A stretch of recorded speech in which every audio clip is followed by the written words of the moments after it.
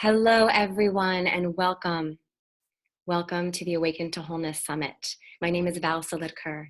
Today, we are diving in with a very remarkable woman who has dedicated her life, her vision, her heart to this movement known as the Great Turning.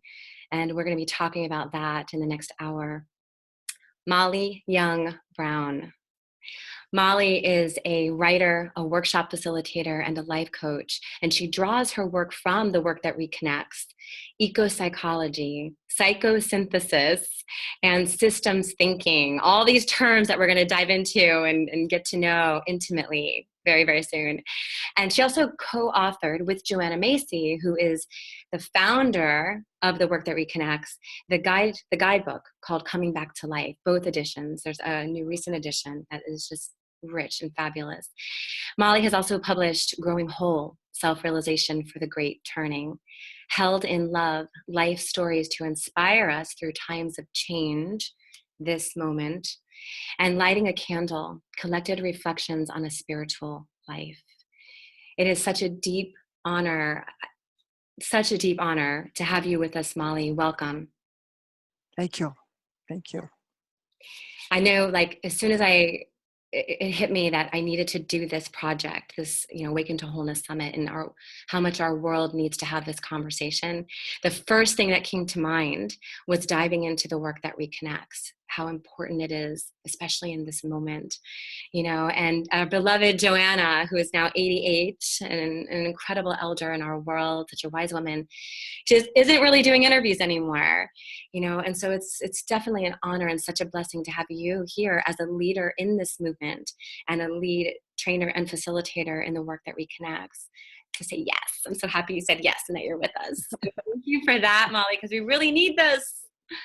We really need this. Especially now. I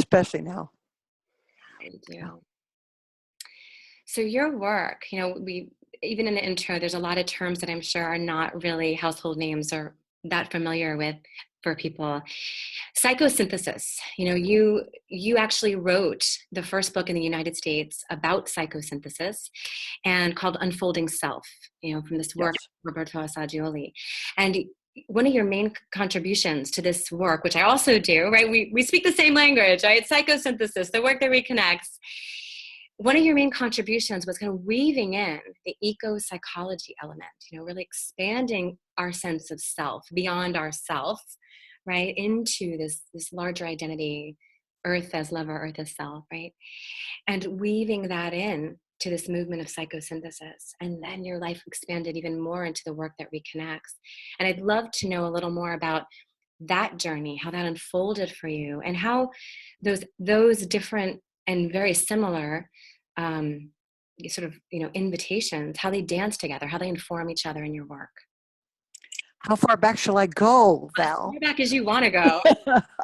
Everything you share is going to enrich us. Yeah. Well, I think I'll start with, like, when I was in college as a young person in college. And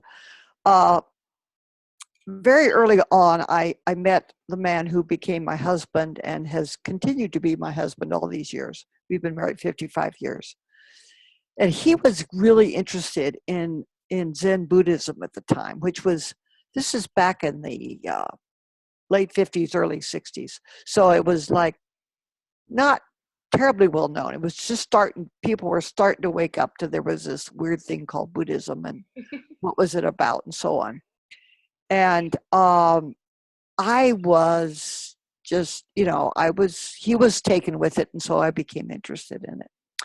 And so then I was interested in psychology, but, behaviorism and stuff like that, it was not, I wanted something that brought the spiritual dimension into.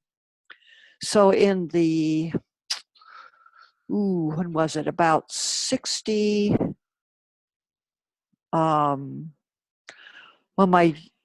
oldest son was born in 66, so it was before that I found out about psychosynthesis, which is this started by Roberto Assagioli, an Italian psychiatrist, who said, how can you have a complete psychology if you don't include the spiritual dimension? And most psychologies of the time did not. Jung did, but not to the full extent, I think, that Assagioli did. And he didn't want to say what that was. He didn't want to define it. He didn't want to say, set up yet another religion. We don't need that. We've got plenty. But something that would say, okay, here's this realm, and you can work in this realm however you want to. You can, whatever imagery, whatever teachings, whatever metaphors speak to you, go for them. But it exists, and it's important to our to have a healthy psychology to have that realm included. Absolutely. So I just loved it. I said, oh yeah, right. So did Jim, my husband. So we studied it.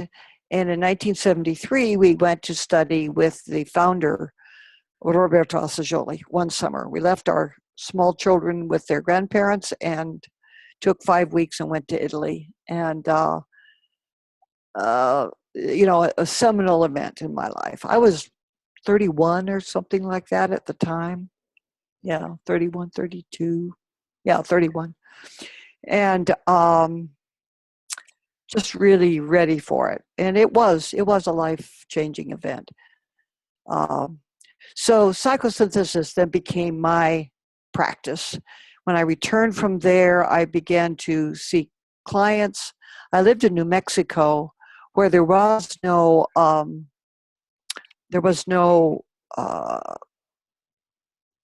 licensing for counselors or anything above at the master's level. The only thing that was there was if you were a PhD psychologist. But you could practice without a license, because it was, as long as you didn't call yourself a psychologist, you were fine. So I did, and used psychosynthesis very effectively for many years. Then in 1986, we moved to the Bay Area, and I had really gotten interested in peace psychology. How could our psychology, as we understand it, help us be more peaceful creatures, not only as individuals, but as societies? And I'd always been an environmentalist, always. So shortly after I got there, I met Joanna Macy, got to the Bay Area, and took a workshop with her. The first workshop I actually took with her was in 1990 on nuclear guardianship. Well, this gets back to my childhood. I grew up in Los Alamos, New Mexico, and my family moved there when I was 3 years old, just after Hiroshima and Nagasaki, the bombs had been dropped there. And so I grew up in this, in many ways, an amazing town. The first place, it's right nestled in the mountains. It's a beautiful location. And, there were more PhDs per capita than any place else in the United States, probably in the world. And so, the educational system, as you can imagine, was fantastic and so on. But there was something weird, and I started having stomach aches. And everybody just thought it was me. I had either some physical problem or emotional problem that was showing up in terms of stomach aches.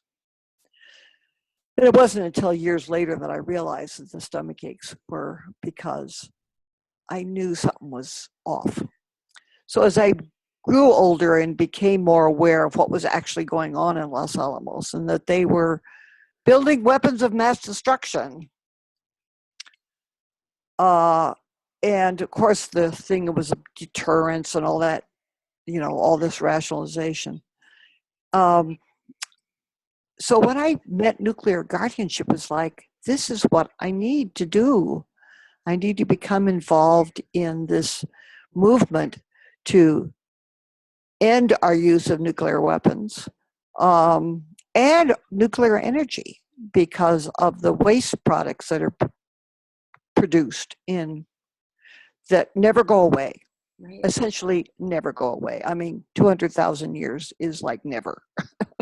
And short-term thinkers, we're not really in deep time thinking about our future generations when we make. Right, right. And what's going to happen when, we have all this waste and it won't stay stored. Whatever we do is going to leak. And so it's a huge problem. Anyway, so I went to this workshop, met Joanna. Well, I met her before, but I, met her again. And I said, this woman is my teacher. Yeah. And I'm going to do whatever I need to do to get next to her. So I joined the Nuclear Guardianship Project and worked with her. We had what we call the fire group. She calls nuclear energy the poison fire. Yeah. And so we had the fire group and we met, I think, monthly, and figured out what we could do to raise the consciousness of the American people about this really, really severe problem. And was Joanna also facilitating then the work that reconnects? Well, we didn't call it that Despair then. Empowerment. She called it, Despair and Empowerment was what it was first called, and then she called it Deep Ecology Work. And it wasn't actually until we were writing Coming Back to Life, the first book in 1998, well, it was in the late 1990s, that we decided to start calling it the work that reconnects. And I can remember that moment. Her husband, Fran Macy, a magnificent man, was talking with us, and we were saying, deep ecology work is too vague, and besides, there's other kinds of deep ecology that isn't quite this. This is something more specific. And he said, well, what does it do? Well, it reconnects people to life itself and to their participation in life. So call it the work that reconnects. Perfect. It's perfect. So there it was.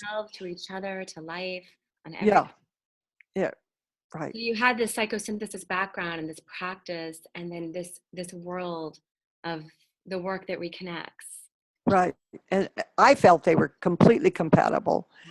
Wow. One thing about psychosynthesis is that we learn that within an individual person's psyche, you can't throw anything away. You can't get rid of anything. If a person has a particular, we call them subpersonalities, that's problematic, you have to work with that subpersonality. You have to find what it's trying to do for you and what it needs, and you have to take care of what it needs and give it what it needs and appreciate what it has to offer. And your relationship with it just transforms, but you never get rid of it. Yeah. Just like we can never get rid of nuclear waste. You can bury it in the ground, but it's going to come back to haunt you. Same thing is true in psychology. So, and the other thing about psychosynthesis and the work that reconnects is in psychosynthesis, we call it sometimes the transpersonal self, or we call it the universal self. And it's the sense that when we connect with our deepest self or our highest self or our best self or whatever you want to call it, that, quote, self is actually the whole enchilada. Mm-hmm. Yourself and myself are not separate. They're not different. We have different, it's almost like the facets of a diamond. You're showing a different facet than I am, but it's still the same diamond, which is so that's why I feel like psychosynthesis and the work that reconnects are so completely compatible. I've also spent a great deal of time and energy bringing the work that reconnects into psychosynthesis community, because it has tended to be a little bit focused on the individual. And I really have felt the need for us to realize there, in a way, there's no such thing as an individual, in a way. It's true. That, It's that we're, we're all interrelated. Some kind of New Age teachings kind of end up saying, you create your own reality, as if I existed somehow separately from everything else and could create this whole reality all by myself. And I realize that there's greater I at play here, right? Yeah. The great mystery So I. I just have continued to work with both systems, but of late, partly because of the crises we face in the world, I am focusing more on the work that reconnects and doing workshops and retreats. And frankly, I have a counseling practice or a coaching practice, and a lot of people that come because they know I have that emphasis, and they want to find out, what's my role? What can I do to be of greater service to the world? And so I work with them on that. And I find that is one of the greatest questions that we're asking right now, especially right now. Like, there's such an intensity. We say this all the time, but right now there is a particular intensity that we are all feeling, especially with the recent elections and just everything kind of coming to a head, all stuff just bubbling up to the surface, things that we've been feeling on some level or another, but haven't quite identified or haven't quite talked about. And I think that there is this, I want to say, unnatural tendency to numb out or to run away because we're so afraid to speak what's here for ourselves. We're so afraid to feel what's here. So we look for all kinds of ways to run away and escape feeling, from addictions, to overworking ourselves, to whatever it is, to not shopping, whatever it is, to not really be present with what that is. And right now, I think that what we're feeling, as we're saying, it's not our individual pain, it's a collective pain. And we're together now for the first time and seeing it in each other, giving each other permission to feel more deeply, not just in these niche little areas where we're doing the work that reconnects or work like that, but right out here, wide open in our face that we cannot ignore. There is pain in this world, and it is collective pain. And I think that right now more than ever, we need the work that reconnects and other works that are similar to that to invite us into this feeling, this deeper feeling, into the great turning. Let's talk about that. Let's talk about what's happening, this great unraveling and the great turning. These are terms that we use, right, in the work that reconnects and in our circle. So let's talk about that so people who are listening can understand exactly what's going on with that. Great unraveling, the great turning. I want to start with business as usual because there's kind of three stories. Yes. And business as usual, the great unraveling, and the great turning. And business as usual has been the dominant. I mean, if you turn on television and you watch a news channel or you pick up a magazine or whatever, it's like business as usual. We'll just keep going on. And if we have, there's a natural disaster, which maybe aren't so natural anymore. We deal with it, and then we, quote, get back to normal. We get back to business as usual. We rebuild and just keep going on the way we've been going on. And in a way, I think this election has blown that up because we can't say business as usual. And we, I live a real comfortable life. I don't know about you, but I live in Mount Shasta, Northern California. It's incredibly beautiful. I can walk out my door and be in the woods, and it's a small town. I can ride my bike to the store, and guess what? I go to the store and there's groceries to buy. I mean, things look pretty good. They look like they're functioning well enough. But we're finding out that underneath that business as usual, the great unraveling is happening. And the great unraveling is causing a lot of suffering. suffering of humans and suffering of other species. The sixth great extinction is going on. And that is not something that we talk about every day, that we're in the midst of a mass extinction that we haven't seen in 65 million years. That's not everyday news. That we're and all the people that voted for Trump are like suffering. They're angry, they're confused, they don't know why things are not going the way they've been promised, and they're looking for someone to blame, and they're looking for someone to save them. And I think it's we all do that to some extent. I think it's beyond even saying like the people who voted for X, Y, or Z. I think that there is this like we don't want business as usual. We want to shake it up, but we don't know really what that means. We just know that we don't want business as usual. We don't like what's happening, but we don't know what it is. So I think how to change it. Just to be, I think that what Trump represented for some people was this shaking up the business as usual. Yes, absolutely. Right? Absolutely. But when we're in a space of desperation, if we grab that first thing, change is great, but it doesn't necessarily mean it's going to be good unless we're really careful about what that means to shake up business as usual. Right. So here we are now, we're like diving into the unraveling. We're just unraveling. And the unraveling has been happening for 525 years. I mean, if you go back to Columbus's discovery of America, you could say the unraveling started then for the indigenous people of the Americas. And look at what we see right now with what's happening over at Standing Rock and all of the indigenous. They're like rising up and saying enough is enough. Like it's time for us to recognize what's really important in this world. Right. And every being has the right to clean water and clean air and healthy land for healthy food. And the earth has a right to her integrity. And we have to put the profits to the side for a second and say, planet and people are more important than anything. And that doesn't mean we can't have a kind of conscious capitalism as long as we recognize that we put priorities first. And that is our land, our planet, each other. And that, honestly, profits ultimately are totally dependent on having a healthy life support system. Yes. I mean, profits, money ain't going to do you no good if there's no clean air or if there's no clean water or not enough food.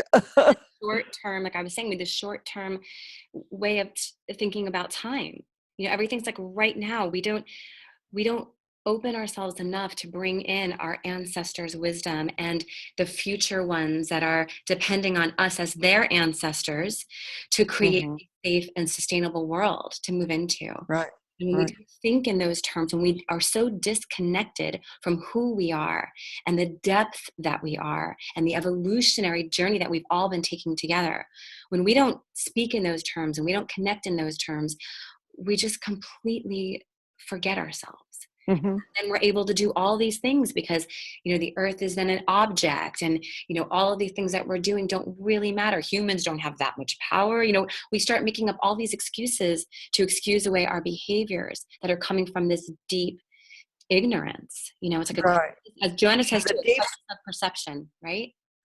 That is that deep ignorance of our interconnectedness. And interconnectedness is a big word that is kind of abstract, and I wish we could think up a better one. Maybe just connectedness is enough. Maybe we don't need to have inter on there. I love, Thich Nhat Hanh. He says to interbe. Interbeing is another one. I can't be without the relationship to everything. There's no. And I'm reading "Braiding Sweetgrass" by Robin Kimmerer, and she uses the word reciprocity a lot. The idea that life exists through reciprocity. Yes. And we humans tend to think that things, I've got actually a great quote from her. She says, "We have constructed an artifice where we perpetrate the illusion that things we consume have just fallen off the back of Santa's sleigh. Not been ripped from the earth. the illusion enables us to imagine that the only choices we have are between brands. Mm. Yes. Yes. That's what freedom has come to mean in America, the freedom to choose which kind of breakfast cereal you're going to buy. Without really thinking about how That's not freedom. from. Yeah. So, You wrote something in one of your books, actually, Molly, in Growing Whole. You said, without self-awareness, and now we're talking about that greater collective self, right? And a deeper sense of self, we can only act out of conditioning and habit. You wrote that. I think that's such an eloquent way of saying, like, when we're not really asking those deeper questions, questioning our unexamined assumptions about things like, there's a place called away. I'm going to throw this away. Well, where is that? Somebody's backyard. Ultimately, my drinking water. Like, where is away? There's no such place. And when we're not really questioning deeply, we just go on automatic. And a lot of these habits are very bad habits that are perpetrating this issue and creating more pain in our world without our even thinking about it, not even recognizing how each of us is contributing to that. And so the great invitation is to ask those deeper questions and see, how are we responsible and how can we be responsible? And conditioning, you mentioned the word conditioning, isn't just from childhood. It's also coming at us over the television and radio and multimedia all the time. Advertising is conditioning. And we're all vulnerable to it. Of course we are. But there is a certain amount of self-awareness that can help people, question the advertisement. When we had small children, when our kids were small, I should say, we used to, we might be watching television with them, and a commercial would come on, and we would just start making fun of it. And that was our way of letting them know that this was not truth, that the ad was, we would make fun of the ads. And it's so good that you brought that to their awareness, because I don't think we as a society don't really think twice about it. I remember reading in one of Brian Swim's books. Brian Swim is a mathematical cosmologist, for people who are listening who may not know him, who teaches at the California Institute of Integral Studies. He's an amazing man. And in one of his books, he wrote that by the time a child enters into kindergarten, on average, they've seen about 30,000 advertisements. About 5 or 6 years old. 30,000 advertisements for like regular TV watchers, billboards, magazines, all the stuff that's around us, advertisements in general. And we don't check our mental environment enough. So yes, when we're not doing that deep self-inquiry and creating that self-awareness within us, we just take all these things to be true. We just operate in that business as usual. We don't really inquire. We don't. Yeah. And that's what I love about the work that reconnects, because it invites us into the deeper inquiry, our self-inquiry and our collective inquiry. Right. And we should talk a little bit more about the work that reconnects. What is it? It's really a series of practices that Joanna has developed, but also many people her colleagues have developed. So she's very open to people creating new practices and sharing them with her and with other people. But they're based, I think there's a really fundamental principle in all these you could call them exercises if you like, but we like to call them practices. It seems like it takes it a little more seriously. It's not doing calisthenics. It's, it's a practice. It's a deep like a yoga practice or a some other kind of meditation practice or whatever. Anyway, there's an underlying principle, which is you're exploring your own experience, your own feelings, your own thoughts, your own ideas, but exploring them from a, kind of a questioning, inquiry kind of way. And very little time is spent in a typical workshop where somebody is teaching at you. Right. I mean, we may explain some principles of systems thinking or something like that, just to give a little, a context. most of the practices have to do with people sharing their feelings with one another in a kind of structured way. Because, if I said, okay, let's sit down and share our feelings, we wouldn't know what to say, So we need some guidance and some help in doing that. And So the work has this beautiful spiral. right. And Eloquently. yeah, so we don't just say, okay, let's explore our feelings. Right. We tend to start with gratitude. And this is actually based on a lot of indigenous traditions, especially in Northern America, where every meeting of any council or anything like that was started with Thanksgiving, with giving thanks, with gratitude for what has been given and what we have received. So when we start with gratitude, people actually don't have much trouble with that. It's pretty easy and we don't usually say, what are you grateful for? For example, we might start with a group and we might go around and everybody introduces themselves and says one thing they love about life. And by the time you get around the room, everybody's glowing.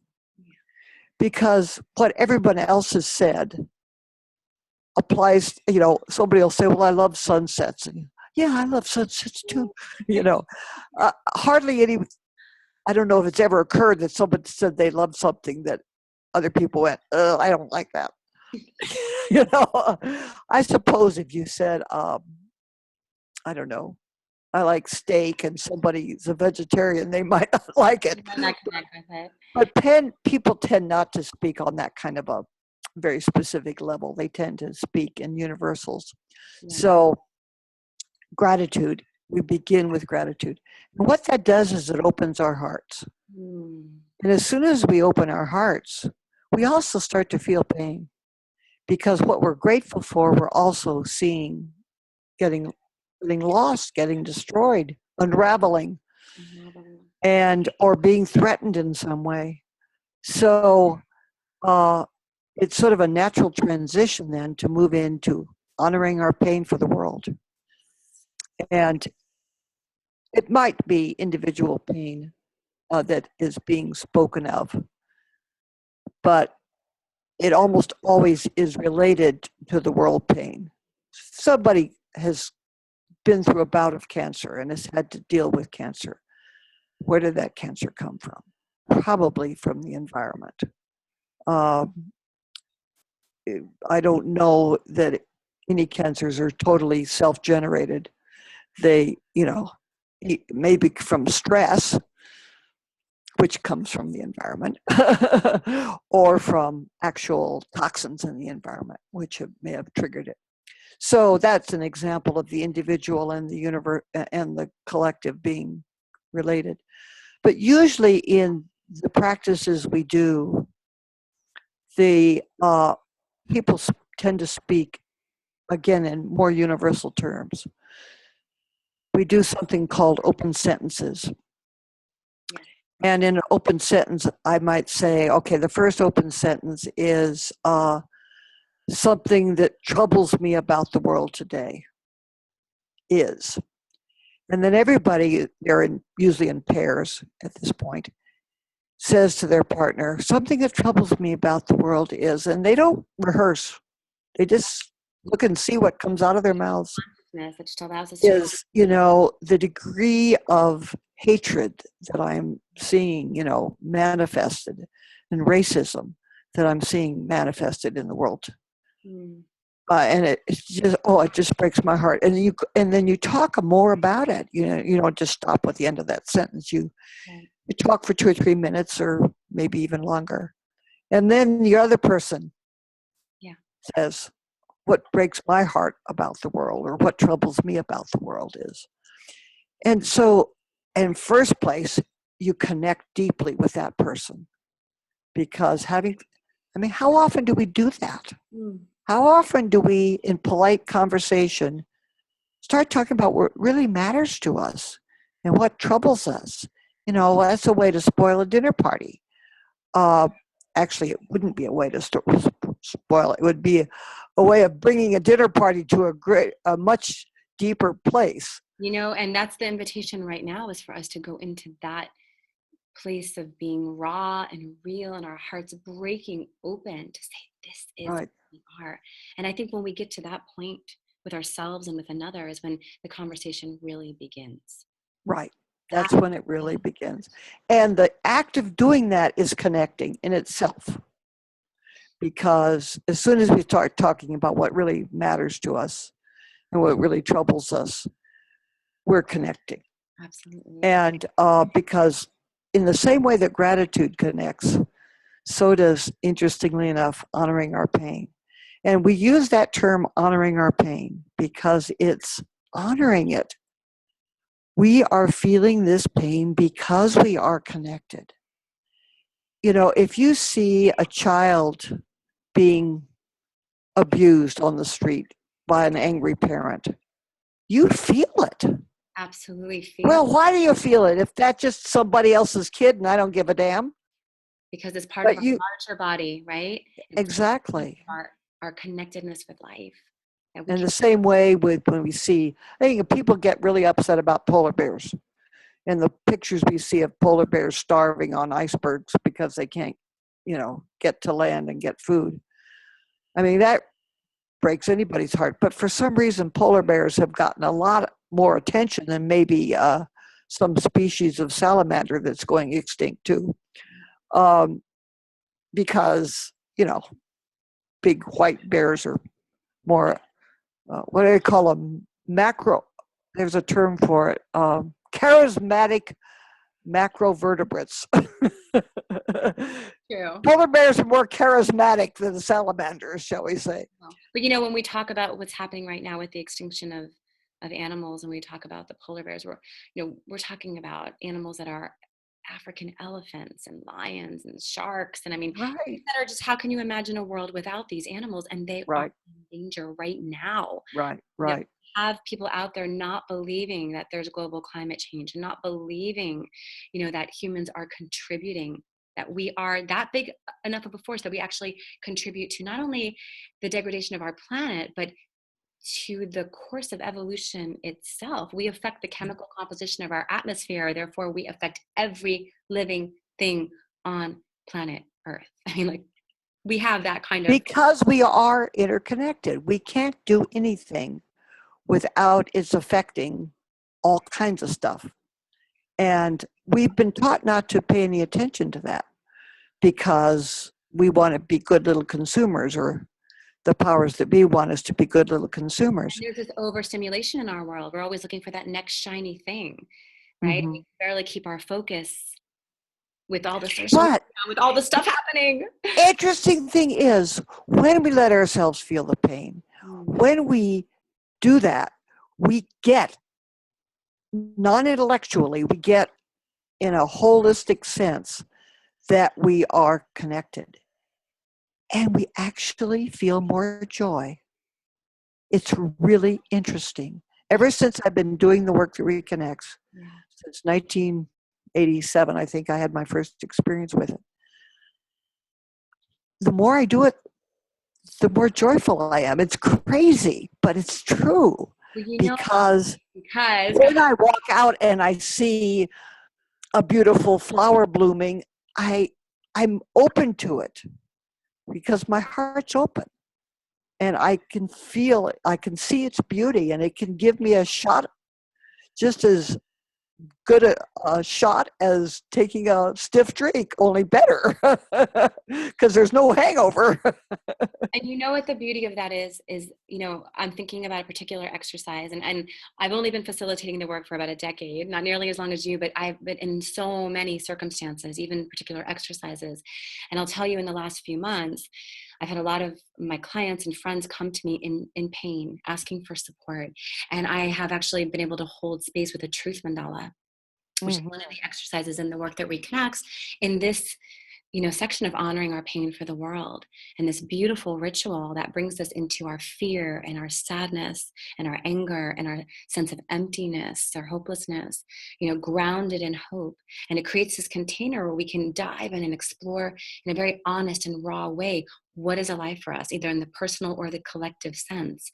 And when we do that, we, as Joanna explains, as you explained so beautifully too, is that there is that other side of understanding, that our sadness comes because we are in love so deep with life, and our anger comes because we are so passionate for justice and for what is right and good in this world, and our emptiness allows us to be filled. It allows us to be a vessel to be filled, right? And to be open to new possibilities that we can't see. Yes. When we think we know all the answers. Beautiful. And our fear gives us there's one more, isn't there? Fear, which opens fear. Courage, right? The courage to speak our fear, the courage to admit what's alive inside of us in a world that tells you to put it away. And so what a beautiful ritual this has been to hold us right now, especially right now in this moment. And it's done in a group. One of the aspects of the work that reconnects is that it is primarily done in a group, in a community, in a container of, because we got into this together. We have to get out of it together. I can't save the world. You can't save the world. And in fact, you and I together can't save the world, but we can do our part and support one another. And somehow the Truth Mandala is a good example, because I am speaking, I go into the center of the Truth Mandala with these possibilities of fear and anger and grief and so forth. And I can speak any of those or all of them as I choose. And I find myself being more passionate about my feelings than I ever do by myself. Somehow being witnessed and held in expressing those. I feel safe doing it. It's interesting. I feel safe. If I'm by myself, I'd think, oh, I'll just freak out and never come back, or something. I don't know. But in a container like that, I can cry my deepest tears, and nobody tells me they're there now, dear. It'll be all right. No, you're not okay. Be with that. Yeah, right.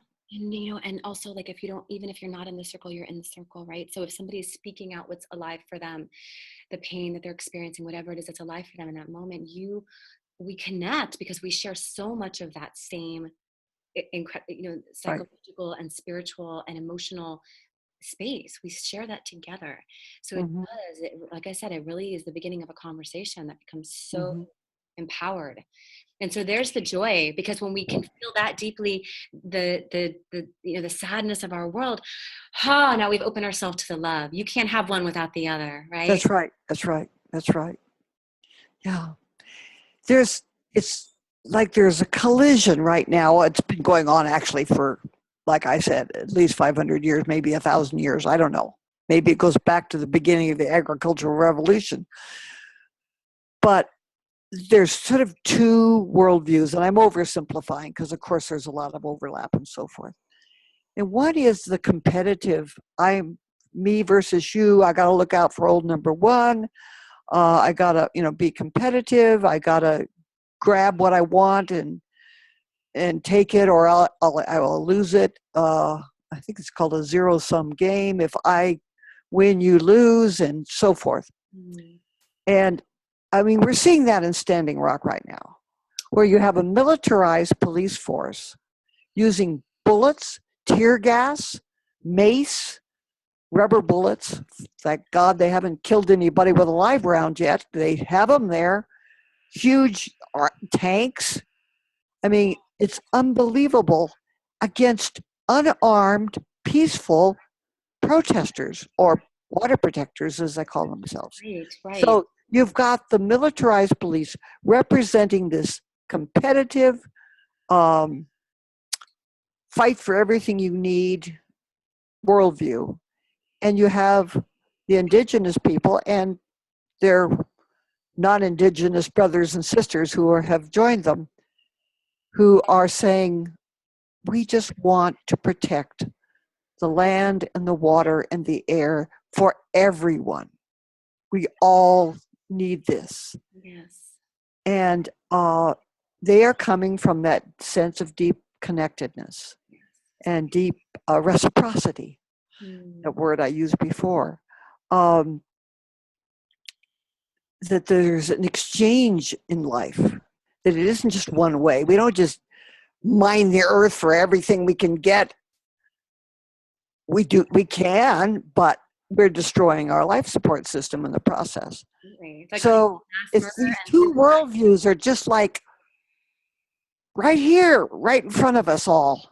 And that's what we're talking about, this new paradigm, right? Like, we're not a new even really, but like moving into this awareness of self. It's an ancient paradigm, actually. It's an ancient paradigm. An ancient paradigm infused with modern wisdom and technology, and like what we as science.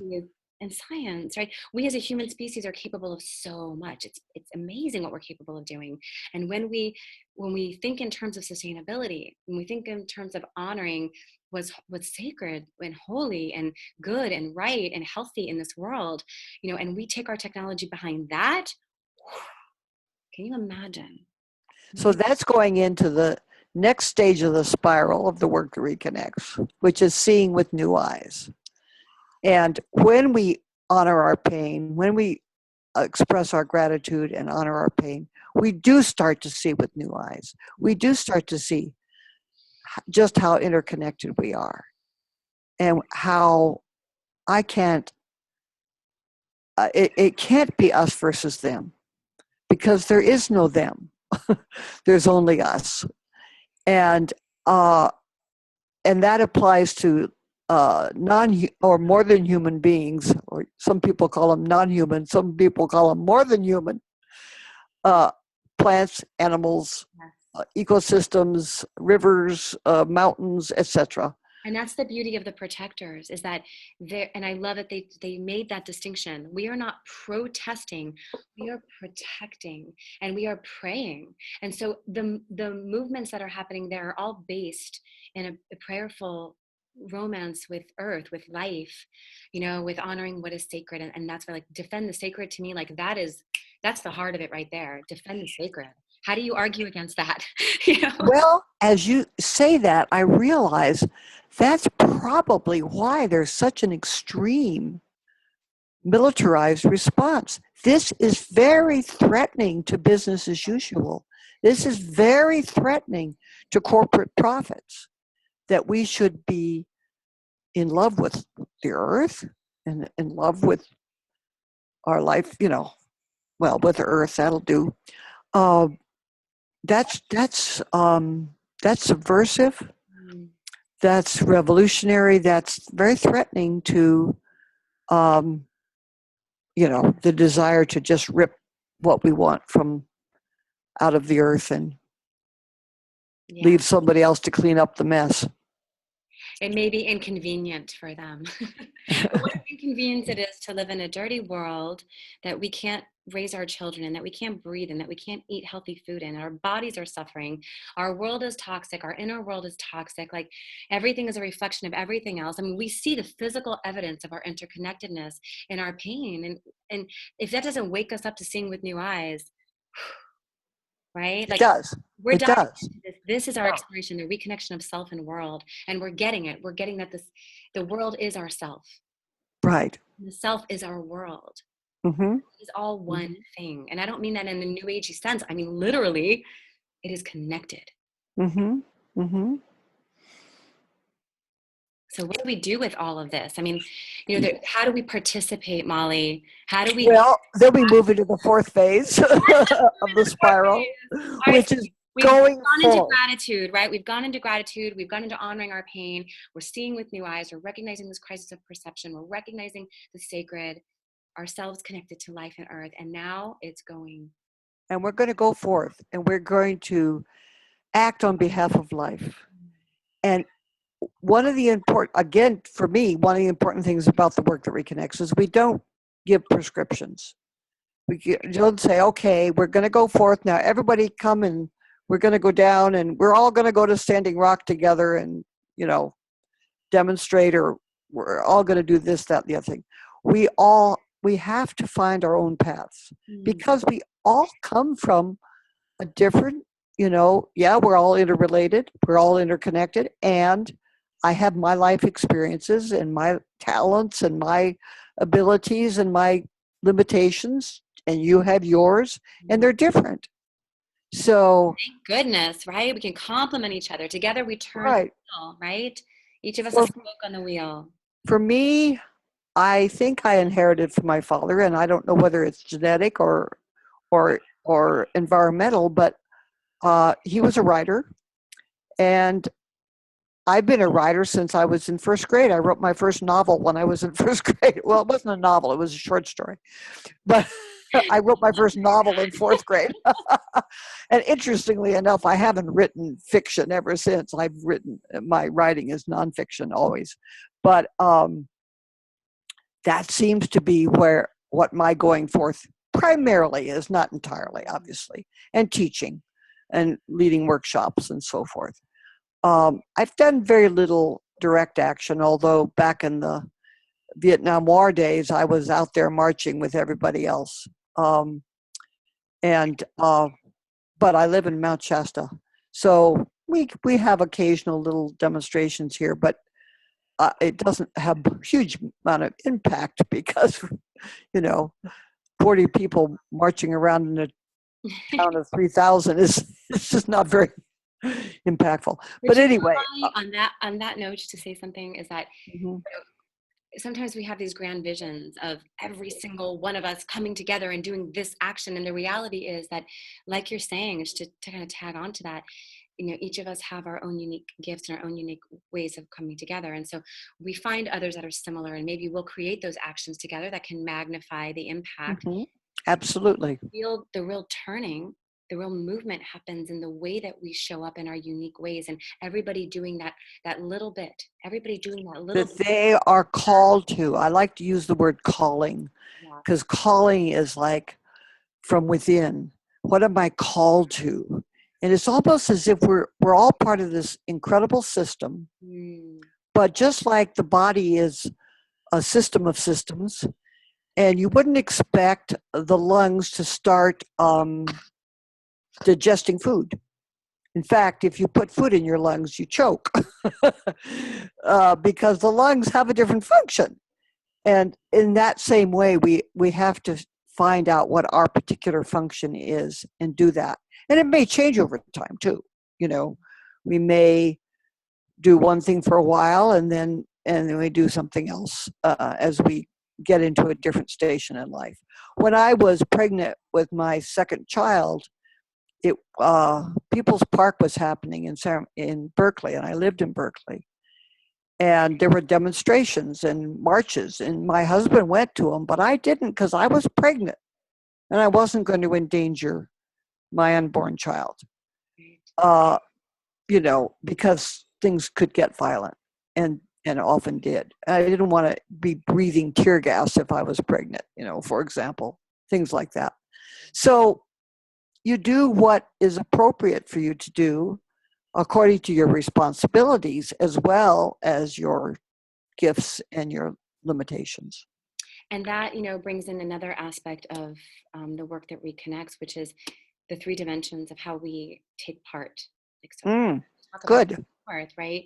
There's these 3 dimensions in the work that reconnects that invites us. And one of them is holding action. So that's what we're talking about. When we think about like the typical activist, we think about those demonstrations and the direct action, civil disobedience, and all the things that I've done, a million things in my life, like definitely have, for almost 20 years been involved in a lot of that, actually, even recently, in organizing protests and ways to slow down and stop the things that are happening now that are creating this pain in our world. But that's only one dimension. That's right. And the second dimension is creating new structures, new systems, new institutions. And sometimes they're not new.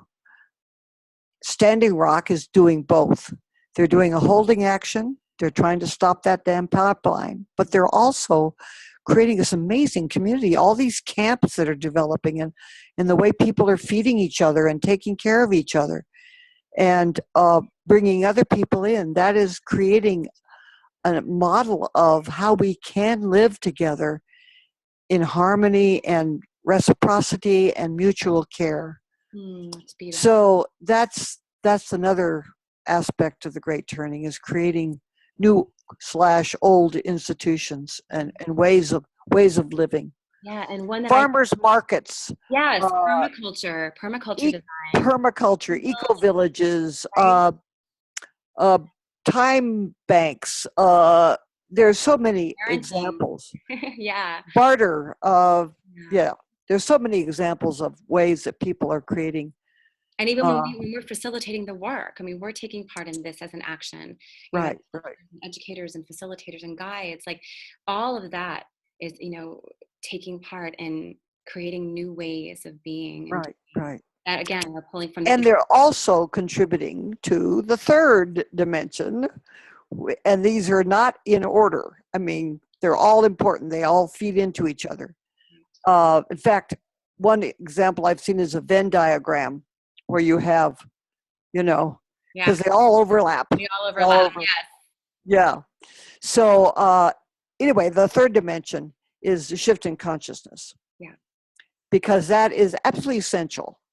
We can't keep doing things. I mean, if we are still holding the competitive us versus them point of view, and it's really hard not to fall into that during an election, for one thing, we have to shift our consciousness. The cool thing is taking part in holding actions and building new institutions is a great way to shift your consciousness. And as your consciousness shifts, then you can see new ways of doing those things, so that the holding actions are from a higher state of consciousness, shall we say, or a more inclusive state of consciousness. So those are the three dimensions of the Great Turning, and they all interact, and we find our ways to go forth in any or all or a combination of those three dimensions. Some people are really like to be on the front lines, and they're going out and doing the holding actions. And there might come a time, I haven't done a whole lot of holding actions, to be honest, but they're trying to build a water bottling plant in this town. And I've been working more on the kind of changing institutions level and shifting consciousness level.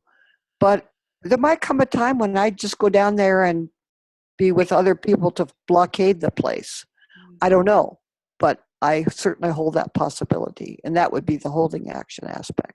So we move through these dimensions rather fluidly. Right.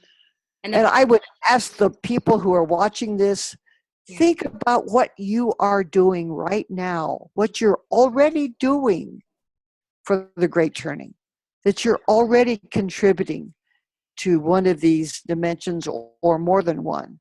Right. And maybe it could be being a mother is an amazing way of contributing as well.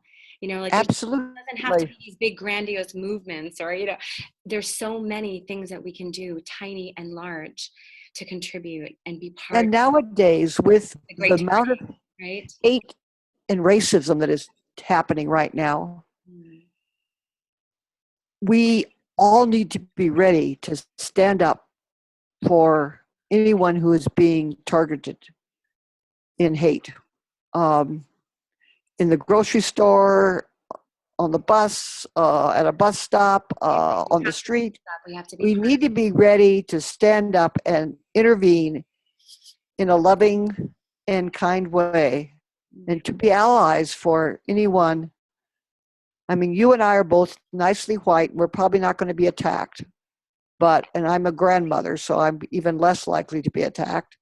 But I can be really alert to anything like that happening. Thank God, probably not in my little town, but it could. Yeah. And is that when it's happening to anyone, it's happening to all of us. That's right. And that's that's what we're recognizing here. And that is Right. also part of that dance, that interconnectedness with life. And all the things that we've been talking about, is this invitation to become more deeply aware of ourselves, this invitation into wholeness, right? Recognizing how we are not separated. Wholeness means specifically the way that we are woven together in this fabric, of life, like the way that we dance together in the web of life, that is the wholeness of our world, our inner world, our outer world. And that's that invitation that you and Joanna wrote about so eloquently in the work that reconnects in coming back to life. As and coming back to life means feeling that deeply, means recognizing Coming back to life, back to life. coming alive again. Molly, I'd love. Because, Go ahead. go ahead. Well, I wanted to invite you. We're talking a lot about this, and I think a central theme of what we've been talking about today is our ability to feel that deeply, and allowing that to move us into some kind of sacred action, participating in the great turning in some way, tiny or large. And we talked about this beautiful sort of meditation, which is an amazing tool of breathing through. We So have time for it? we have time for it. If we Okay. a little bit short, but yeah, I really would like to. I'll do a short version. Because Okay, the breathing through is just wonderful because we always have our breath. We're always breathing. So if you could just imagine closing your eyes, the people that are watching this, maybe find a comfortable place so that you're relaxed and alert in your chair. And just pay attention for a moment to your breath. The wonder, the miracle of your breath as it comes in through your nose and down your throat and into your lungs, and then back out again. Comes in and goes out. You can imagine your breath like a ribbon that comes in and flows down through your bronchi into your lungs and then back out again. But for the purpose of this little meditation, I'd like you to imagine that it flows, your breath also flows through your heart, which indeed it does, because obviously your lungs exchange oxygen with your bloodstream. So imagine that this ribbon of air comes in and goes down and into your heart, but your heart is open, so it can flow back out again into the larger world. So it comes in and down and through your heart and back out again. Now, as you imagine that happening, you can imagine that something that is really troubling you in the world today, something that breaks your heart, let the images of that come into your mind's eye, or the feelings that you feel in relation to that. Let yourself feel the heartbreak, the sadness, the anger, the fear, even the numbness. And imagine that you can breathe that in into your huge, enormous open heart and back out into the larger world. So you don't have to hold on to it. You can let it flow through you and back out to the larger world, which can help you hold it, help you be with it. So you breathe it in through your heart and back out. You can do the same with gratitude and joy. You can breathe that in and through your heart and share that with the rest of the world as well. So when you find yourself confronting a painful situation in the news or in your direct experience, remember to practice this, breathing it in through your heart and then letting it go back out.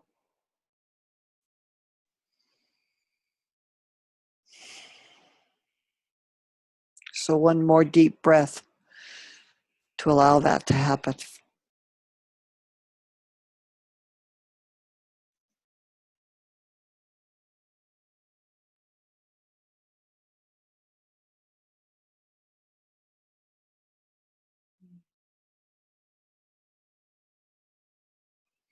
Actually, this is very useful if you find yourself angry too, is to breathe that in and let it go back out. But breathe it through your heart. It needs to go through your heart.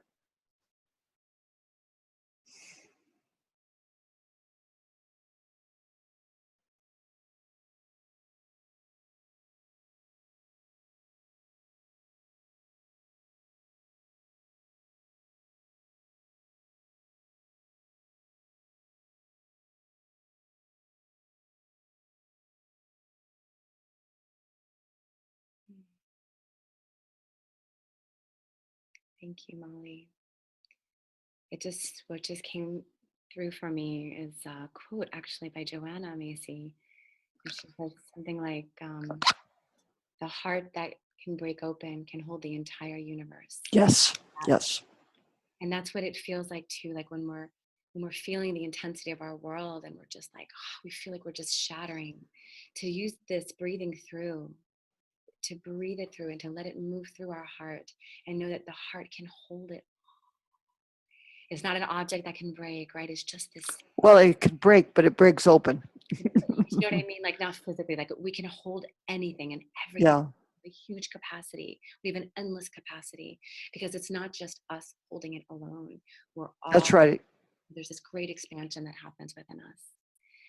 Thank you for that. And I really, we're everything about the work that we connects and all that we've been talking about is really centered in this movement of the Great Turning. So I thought it would be beautiful to end with this poem by Christine Fry, The Great Turning. And just give people. I think I know the poem, but you say it because you know it by heart, baby. I don't know by heart. Well, you have it in front of you.